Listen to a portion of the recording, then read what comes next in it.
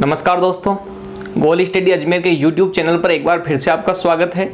Current affairs की series चल रही थी और उसमें मैंने आपको राज्य सरकार से जुड़ी हुई कुछ विशेष योजनाओं के बारे में बताया था। और दोस्तों, राजस्थान सरकार की और भी कई योजनाएं हैं जिनके बारे में हम आगे विस्तृत रूप से चर्चा करेंगे। लेकिन फिर भी मैं ऐसा महसूस करता हूं कि बीच बीच में योजनाओं के अलावा भी अदर टॉपिक को मैं आपको बताता रहूं, करंट के जो पेपर में आने की दृष्टि से बहुत ही क्या है, महत्वपूर्ण है। तो ऐसी स्थिति में आज हम योजनाओं के बारे में चर्चा नहीं करके एक बहुत ही महत्वपूर्ण टॉपिक है और वहां से सवाल हर भर्ती में आता है करंट अफेयर्स के अंदर। तो मैं आपको पिछले साल जो 2019 था उसके अगस्त 2019 से लेकर के जुलाई अगस्त 2019 से लेकर के आज तक, यानी फिक्स लगभग 1 साल हो गया, 13 महीने हो गए इस बात को, ठीक है ना। इन 13 महीने के दौरान जो भी चर्चित व्यक्ति रहे हैं, चर्चित व्यक्ति मतलब किसी भी क्षेत्र के अंदर कोई भी व्यक्ति जो है चर्चा में रहा था, ठीक है ना, तो उसका एक सवाल जरूर आता है कि हाल ही में ये व्यक्ति किसके अध्यक्ष बने या फिर किसने कौन सा मेडल जीता।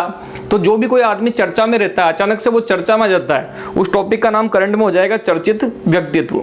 तो आज हम चर्चित व्यक्तित्व के बारे में चर्चा करने वाले हैं और विशेषकर मैं सबसे पहले आपको पिछले 1 साल की जितनी भी महिलाएं चर्चा में रही है वो पहले करवाऊंगा।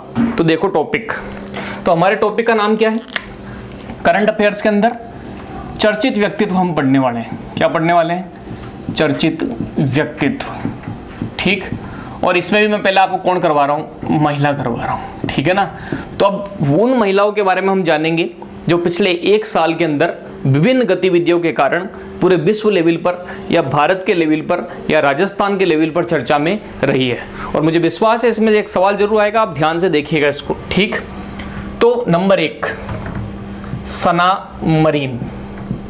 क्या नाम है? सना मरीन, ठीक है। क्या है दोस्तों? देखो, ये आपने कभी नाम सुना हो, एक देश है फिनलैंड। क्या नाम है? फिनलैंड। देश का नाम क्या है? फिनलैंड। और ये फिनलैंड की प्रधानमंत्री है। क्या है ये? फिनलैंड की प्रधानमंत्री। सना मरीन जो है किस देश की प्रधानमंत्री? आपके एक सवाल ये आएगा, तो ध्यान रखना, फिनलैंड नाम का जो देश है उसकी प्रधानमंत्री कौन है? सना मरीन। और सबसे बड़ी बात दोस्तों ये है कि ये वर्तमान में, ठीक है, विश्व की सबसे युवा पीएम है। विश्व की सबसे युवा पीएम मतलब सबसे कम उम्र का, अगर आज की तारीख में कोई प्रधानमंत्री है और कोई महिला आज की तारीख में जो सबसे कम उम्र की पूरे विश्व में प्रधानमंत्री, वो कौन है? सना मरीन। तो ध्यान रखना, सना मरीन जो है विश्व की सबसे युवा पीएम है। सवाल आएगा कि हाल ही में दिसंबर 2019 में सना मरीन चर्चा में रही, उनका संबंध किससे है? तो वो फिनलैंड की क्या है? प्रधानमंत्री है। और ये विश्व की सबसे युवा क्या है? प्रधानमंत्री है, ठीक है। ध्यान रह जाएगी कि आपको इतनी बात, ठीक है। फिनलैंड में अब तक कहते हैं कि 3 महिलाएं जो हैं वो प्रधानमंत्री बन चुकी है, उसमें 30 नंबर की ये महिला है। और अब जब फिनलैंड की चर्चा चली रही है तो एक सवाल और थोड़ा सा ध्यान रखना, फिनलैंड की राजधानी क्या है? देखो, कई बार राजधानी पूछ भी लेते हैं। तो फिनलैंड की राजधानी है हेलसिंकी। ध्यान रखना, फिनलैंड की राजधानी क्या है? हेलसिंकी, ठीक है। जब कभी आप यूरोप महाद्वीप को देखेंगे, देखो जैसे अपन ये महाद्वीप का नक्शा बनाते हैं, ठीक, तो इस तरीके से यहां पर ये ऊपर की तरफ यूरोप महाद्वीप है और ये जो यूरोप महाद्वीप है यहां पर इस जगह पर एक देश पड़ता है जिसका नाम है फिनलैंड। फिनलैंड जब भी कभी आप सूचकांक पढ़ते हैं या फिर कई विभिन्न प्रकार की रिपोर्टों के बारे में देखते हैं, जैसे कि खुशहाली का इंडेक्स आता है, ठीक है ना, और लोगों की समृद्धि का भी सूचकांक आता है, उन सब सूचकांकों में आप देखना यूरोप महाद्वीप के जो देश हैं वो अक्सर टॉप करते हैं, जैसे फिनलैंड हुआ, नॉर्वे हुआ। तो फिनलैंड वैसे भी चर्चा में रहता। तो मेरे कहने का मकसद ये कि फिनलैंड आपको ध्यान रहना चाहिए। फिनलैंड की राजधानी क्या है? हेलसिंकी है। और यहाँ की प्रधानमंत्री कौन है? सना मरीन। और ये विश्व की सबसे युवा क्या है? अभी प्रधानमंत्री है। क्या ये बात ध्यान रहेगी आपको? ठीक है, बढ़ जाए आगे, ठीक है। अब अगला बताता हूँ मैं आपको। अब एक नाम आ रहा है GS लक्ष्मी। क्या नाम आ रहा है? GS लक्ष्मी। बहुत फेमस नाम है, इंडिया से जुड़ा हुआ नाम है। तो देखो, इंडिया का नाम है तो काम का भी है। तो क्या है ये GS लक्ष्मी? तो सुनना, आप क्रिकेट के बारे में जानते हैं, अपन सब जानते हैं। ICC को भी जानते होंगे, इंटरनेशनल क्रिकेट काउंसिल, यानी विश्व की जो सबसे बड़ी क्रिकेट से जुड़ी हुई जो संस्था है, जो क्रिकेट को रेगुलेट करती है पूरे विश्व के अंदर, वो कौन है? आईसीसी है, ठीक है। और आईसीसी के जो टूर्नामेंट होते हैं उनके लिए आईसीसी जो है जजों रेफरी को भी नियुक्त करती है। किसको नियुक्त करती है? रेफरी, जिसको हम क्या बोलते हैं? एम्पायर, हिंदी में बोलते हैं निर्णायक। तो आपने अक्सर मैदान में अब तक जितने भी मैच देखे होंगे उनमें आप अक्सर यही देखते होंगे कि जो मैदान में एम्पायर होता है क्रिकेट के अंदर वो पुरुष होता है। महिलाएं नजर ही नहीं आती थी एम्पायरिंग के अंदर, लेकिन वर्तमान में वैसे भी वुमेन एम्पावरमेंट का दौर है, महिला सशक्तिकरण का दौर है। तो ये सवाल हमारे लिए बहुत इंपॉर्टेंट है कि हाल ही में जीएस लक्ष्मी जो है हाल ही में आईसीसी द्वारा आयोजित इंटरनेशनल पुरुष वनडे मैच, ध्यान रखना, हाल ही में आईसीसी द्वारा आयोजित इंटरनेशनल पुरुष वनडे मैच में अंपायरिंग करने वाली, क्या करने वाली? अंपायरिंग करने वाली पहली महिला, यानी पूरे विश्व में पहली बार कोई महिला जिसने इंटरनेशनल लेवल पर वनडे के अंदर और विशेषकर पुरुष वनडे के अंदर एम्पायरिंग करी है। तो ये सवाल बहुत इंपॉर्टेंट है। जीएस लक्ष्मी, सीधे शब्दों में बोले तो विश्व की पहली महिला एम्पायर कह सकते हैं अपन इंटरनेशनल क्रिकेट मैच में। ध्यान रखना, क्रिकेट की बात कर रहा हूं, पुरुष वनडे क्रिकेट भी लगा देता हूं आगे, कोई फुटबॉल नहीं समझ ले, ठीक है ना। तो जीएस लक्ष्मी अपने आंध्र प्रदेश की है, ये भारत के, ठीक है ना। तो ये भारत के लिए भी एक उपलब्धि की बात है कि हमारी महिला जो है इंटरनेशनल लेवल पर जो क्रिकेट के जो आयोजन होंगे आईसीसी द्वारा उनमें क्या बन चुकी है? एम्पायर। इससे पहले मई 2019 की अगर हम बात करें तो उस टाइम पर आईसीसी द्वारा एक और फैक्ट इनसे जुड़ा हुआ, आईसीसी द्वारा इंटरनेशनल क्रिकेट मैच हेतु रेफरी योग के पैनल में शामिल होने वाली पहली महिला, यह भी एक रिकॉर्ड है। मतलब आईसीसी ने अपने जो एम्पायर होते हैं पूरे विश्व लेवल पर क्रिकेट के, उन एम्पायरों का एक गठन किया था, उनकी मंडली का कुछ एम्पायर सेलेक्ट किए थे, उनमें पहली बार कोई महिला एम्पायर सेलेक्ट हुई, वो भी कौन थी? जीएस लक्ष्मी। तो बहुत इंपॉर्टेंट सवाल है, ऑफलाइन क्लासेज के दौरान भी पढ़ाया था और अभी थोड़े दिन पहले किसी पेपर में भी यही सवाल पूछा गया था। लेकिन जब मैं आपको पिछले 1 साल की बात बता रहा हूँ तो उसमें ये भी फैक्ट हमारे लिए क्या है? इंपॉर्टेंट। तो आईसीसी द्वारा इंटरनेशनल क्रिकेट मैच हेतु रेफरियों के पैनल में शामिल पहली महिला, क्या ये बात ध्यान रहेगी आपको? ठीक है। तो सना मरीन के बारे में मैंने आपको बताया, जीएस लक्ष्मी के बारे में मैंने आपको बताया, इसका स्क्रीनशॉट लो फिर हम आगे बढ़ते हैं, ठीक है। तो ले लिया होगा स्क्रीनशॉट, ठीक है, बढ़ जाए आगे, ठीक। और देखो अब एक और बहुत महत्वपूर्ण सवाल आ रहा है, नंबर 3, सिस्टर मरियम थ्रेसिया। नाम थोड़ा इंग्लिश का लग रहा है लेकिन सवाल बहुत इंपॉर्टेंट है और बिल्कुल पेपर में आने लायक है। सिस्टर मरियम थ्रेसिया ये क्या है? ठीक है ना। तो देखो नाम के आगे सिस्टर आ गया है और नाम भी मरियम थ्रेसिया, बिल्कुल क्रिश्चियन नेम है, ईसाई नेम है। नाम से स्पष्ट हो रहा है कि ये ईसाई महिला है। क्या है ये? ईसाई है। और सिस्टर नाम के आगे लग रहा है, ठीक है ना। सिस्टर शब्द वैसे भी अपन नर्स वगैरह जो होती हैं उनके लिए भी जनरली यूज कर लेते हैं। और आप एक बात ध्यान रखना, ईसाई धर्म में सबसे ज़्यादा जो महत्व दिया गया है वो दिया गया है सेवा को। आपने मदर टेरेसा का भी नाम सुना होगा। मदर टेरेसा ने क्या किया था, उनकी जो आश्रम था उनका, उसका नाम भी था निर्मल हृदय निराश्रितों का घर, हिंदी के अंदर पाठ भी था। ईसाई धर्म के अंदर माना गया कि आप मानव की सेवा करें, वो आपका लक्ष्य होना चाहिए। जो निर्बल लोग हैं, गरीब लोग हैं, बेसहारा लोग हैं, उनके आप सहारा बने, उनकी देखभाल करें, ठीक है ना। तो सिस्टर मरियम थ्रेसिया जो है बुजुर्ग लोग, बीमार लोग और असहाय लोगों की क्या करती थी? हेल्प किया करती थी। और अपने जीवन काल के दौरान इन्होंने लोगों की बहुत ज़्यादा क्या करी थी? हेल्प करी थी। 1926 में ये मर भी गई थी। कब मरी थी ये? 1926 में। यानी आज इस बात को कितने साल हो गए? लगभग 94 साल हो गए। अब मैं क्यों बता रहा हूँ ये? क्योंकि इनको हाल ही में, देखो एक चीज़ सुनो मेरी बात, कभी नाम सुना क्या आपने? पोप। जानते हो क्या पोप क्या होता है? पोप वेटिकन सिटी नाम का एक देश है, ठीक है, उसमें पोप रहते हैं। और पोप कौन है? धर्मगुरु होते हैं ना, धर्मगुरु।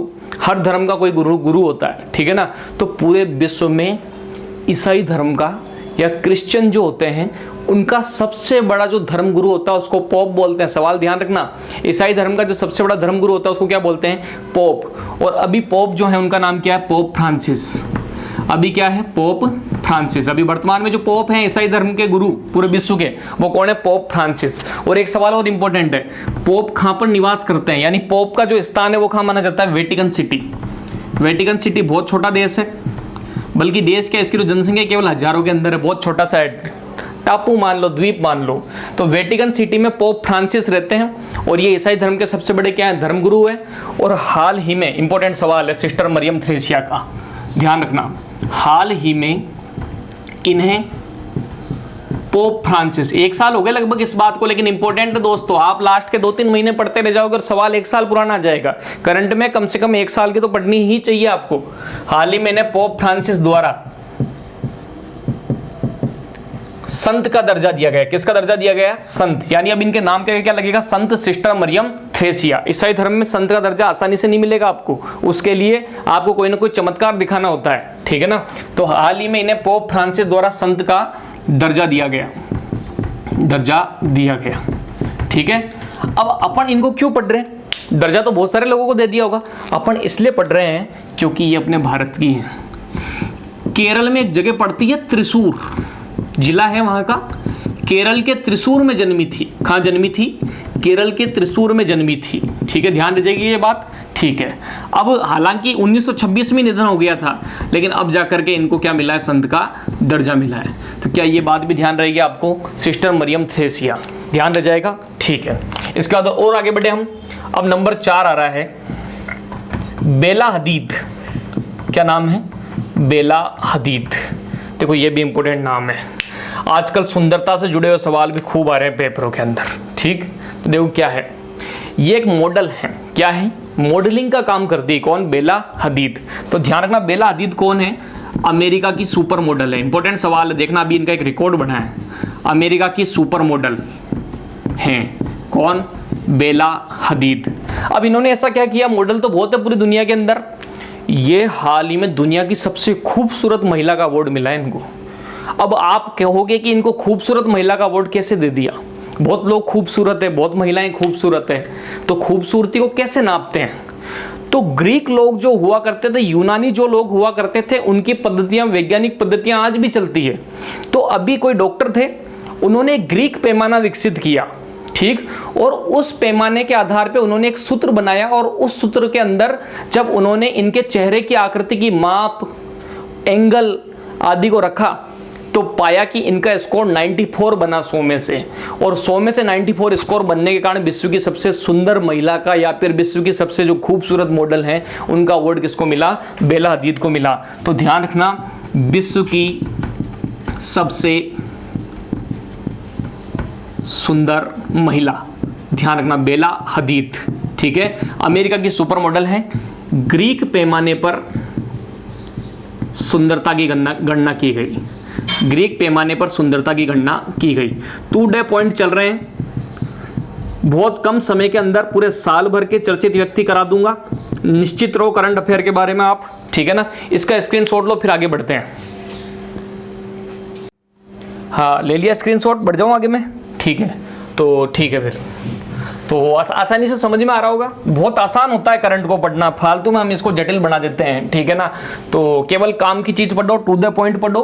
पुलिस की तैयारी आपकी अच्छी चल रही होगी ऐसा मेरे को विश्वास है, 1 महीना बचा है वैसे भी, तो स्मार्ट स्टडी करो, अब रिवीजन पर बल दो और करंट अफेयर को साथ लेकर के चलो, ठीक है ना। अभी भी कई ऐसे महारथी होंगे जो सोचेंगे कि लास्ट के 5 दिन में करंट अफेयर कर लूंगा। इन दिनों खूब लोग कह रहे हैं करंट कहाँ से करें, कहाँ से करें। अब मैं तो शुरू से कहता आया हूँ क्रोनोलॉजी और मूमल को ही पढ़ लो एक बार तो, छोटी भर्तियों के लिए। अब लोग वो भी नहीं लाते, ठीक है ना। अब इस टाइम हर कोई मार्केट में घूम रहा है, क्या पढ़े क्या पढ़े क्या पढ़े।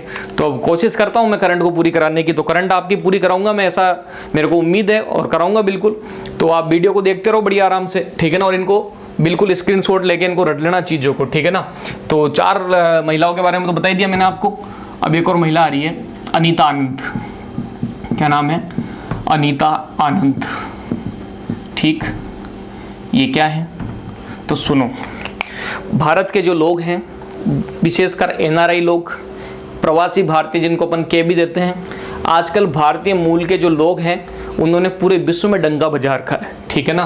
तो अनीता आनंद ने एक उपलब्धि हासिल करी है कि कनाडा नाम का जो देश है, उत्तरी अमेरिका महाद्वीप के अंदर, खूब नाम सुना होगा आपने कनाडा, यहाँ के फेमस शहर, यहाँ की राजधानी टोरंटो का नाम भी सुना होगा।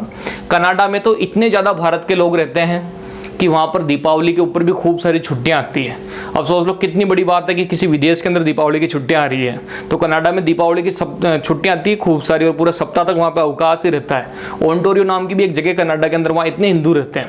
तो आज कनाडा के बारे में एक सवाल यह है कि देखो, अनीता आनंद जो है कनाडा की पहली